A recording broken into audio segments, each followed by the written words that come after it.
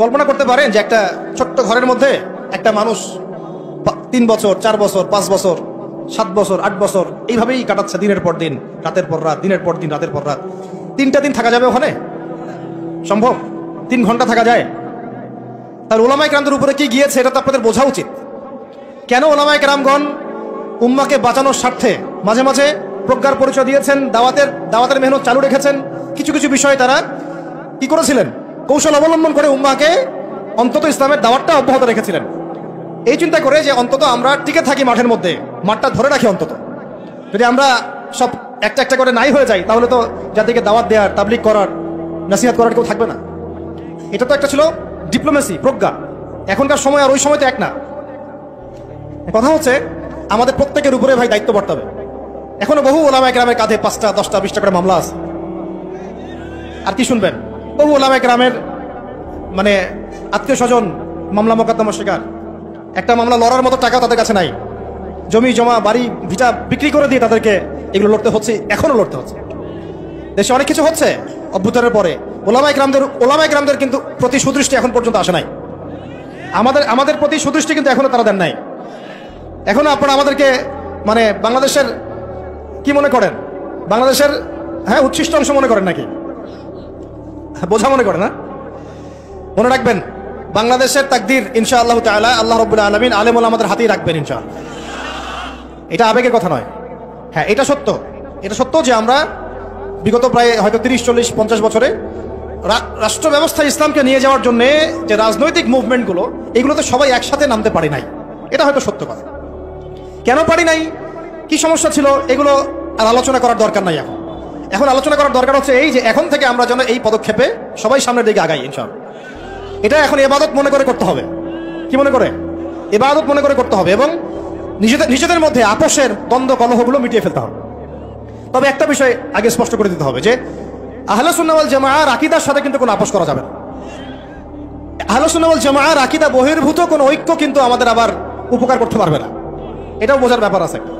আহলে সুন্নাহ ওয়াল জামাআর সাথে যাদের আকীদাগত মিল আছে তাদের সাথে ঐক্য করতে আমাদের কোনো সমস্যা নাই। কিন্তু যারা এই আকীদা এবং মানহাজ বিবর্জিত চিন্তা চেতনা লালন করেন তাদের সাথে ঐক্য হতে পারে ডিপ্লোম্যাটিক, কিন্তু মানহাজগত ঐক্য কখনোই সম্ভব না। এটা আমাদের আগে স্পষ্ট করে দিতে হবে। আল্লাহ পাক আমাদের বোঝার তৌফিক দান করেন। আমি তো বলি যে বিয়ে শাদী তাড়াতাড়ি করে ফেলেন, রিজিকের ব্যবস্থা তাড়াতাড়ি করে ফেলেন এবং বেশি থেকে বেশি সন্তান নেন। এর আগে কথা আছে, সেটা হলো দিনদারি থেকে প্রাধান্য দেন, দুনিয়াকে প্রাধান্য দিয়েন না, আপনি ক্ষতিগ্রস্ত হয়ে যাবেন। দিনদারি থেকে প্রাধান্য দিলে আপনার পরিবার হবে আপনার জন্য জান্নাতের একটা টুকরা ইনশাআল্লাহ। আর যদি দুনিয়াকে প্রাধান্য দেন ওই পরিবারই হবে জাহান্নামের টুকরা। আল্লাহ পাক আমাদের সবাইকে দিনদার জীবন সঙ্গিনী দান করেন। আর সন্তান নিতে হবে বেশি বেশি এবং সন্তান থেকে মানুষ করতে হবে একেবারে মুজাহিদ হিসেবে ছোটবেলা থেকেই। আমি তো বললাম যে শিক্ষা নিয়ে আমরা কাজ করছি, আপনি নিজেও কাজ করে দেখেন। শিক্ষা ব্যবস্থার একদম চরম দৈন্যতা আছে। এটাকে সংস্কার করার জন্য সবাইকে হাত লাগাতে হবে। সর্বোপরি হালাল খেতে হবে এবং আমর বিল মারুফ নাহি আনিল মুনকারের কাজ সবাইকেই করতে হবে ভাই, একজন দুজন করলে হবে না। নিয়মিত তাবলীগের সময় দেন, আল্লাহর রাস্তায় সময় লাগান, পড়াশোনা ঠিকমতো করেন, এই অনলাইনের ফিতনা থেকে বেঁচে থাকেন। আর যত রকম যুব সমাজকে নষ্ট করার ফিতনা আছে, যেমন মাদক, পর্নোগ্রাফি, মেয়েদের সাথে ফ্রি মিক্সিং, তারপরে আপনার এই যে টিকটক, এই যা আছে যেগুলো যুবকদেরকে নষ্ট করে, এগুলো ধার কাছেও যাবেন না আল্লাহর রাস্তায়। ভাই এই জীবনটা একটা জীবন, শোনেন আমার কথা, শেষ করছি, আমি লম্বা করবো না। এই জীবনটা একটা জীবন ভাই, আপনাদেরকে বলছি, আমাদেরকে সবাইকে আমরা নিজেকে নসিহত করছি আর কি। জীবন একটা, কয়টা? একটা দিন চলে গেলে ফিরে আসবে না, একটা রাত চলে গেলে ফিরে আসবে না। আমরা যদি একবার কবরে চলে যাই ফিরে আসতে পারবো না। যা করার এই জীবনে করতে হবে। হেলায় খেলায় এই পশ্চিমাদের ফাঁদে পড়ে, কাফেরদের ফাঁদে পড়ে, তাগুত মুনাফিকদের ফাঁদে পড়ে, ইবলিসের এই বাহিনীর ফাঁদে পড়ে জীবন নষ্ট করা যাবে না। জীবনে যা করেছি তওবা করে ফিরে আসবো, যা করেছি কি করবো? তওবা করে ফিরে আসবো। বাকি জিন্দেগি আল্লাহর জন্য কাটিয়ে দেব ইনশাআল্লাহ। বাকি জিন্দেগির প্রতিটা দিন রাত, ওঠা বসা চলাফেরা শুধুমাত্র একজন ব্যক্তিকে অনুসরণ করবো আমরা ইনশাআল্লাহ। তার নাম কি? মুহাম্মদ রাসূলুল্লাহ সাল্লাল্লাহু আলাইহি ওয়াসাল্লাম এবং তার সাহাবীদেরকে অবশ্যই। এছাড়া আমাদের সামনে আর কিচ্ছু নাই, আর কোনো রাস্তাও খোলা নাই। আমাদেরকে বুঝতে হবে আল্লাহ পাক এই দুনিয়াতে আমাদেরকে তার ইবাদত করার জন্য পাঠিয়েছেন। আল্লাহ পাক দেখতে চান আমলে কেউ আহসান, আল্লাহ পাক দেখতে চান আইয়ুকুম আহসানু আমালা। আল্লাহ পাক সাফল্য বলতে তাই বুঝিয়েছেন ফামান যুহজিহা আনিন নার ওয়া উদখিলাল জান্নাতা ফাকাদ ফাজ। ওইটাই সাফল্য, দুনিয়ার সাফল্য চিরস্থায়ী নয়।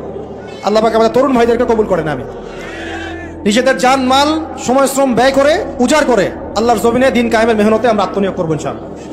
আর শুরুতে আমি বলছি না যে আপনি শুরুতেই রাস্তায় নেমে আসেন, নিজের আত্মসংস্কার করেন, নিজের নফসের সংস্কার করেন, পড়াশোনা ঠিক করে ফেলেন, আমল ঠিক করে ফেলেন, ওলামা ইকরামের সোহবতে চলে আসেন এবং তাদের সাথে মশওয়ারা করে পরবর্তী পদক্ষেপ নেওয়ার চেষ্টা করেন। এক কথা, জমিন আল্লাহর, দিন হবে, দিন আল্লাহর, জমিন হবে কার? এই দিন আল্লাহর, জমিন আল্লাহর, বিধান চলবে কার? বাস আল্লাহর জমিনে আল্লাহর বিধান প্রতিষ্ঠার জন্য আমাদের সবাইকে আত্মনিয়োগ করার তৌফিক আল্লাহ পাক দান করেন। আমিন।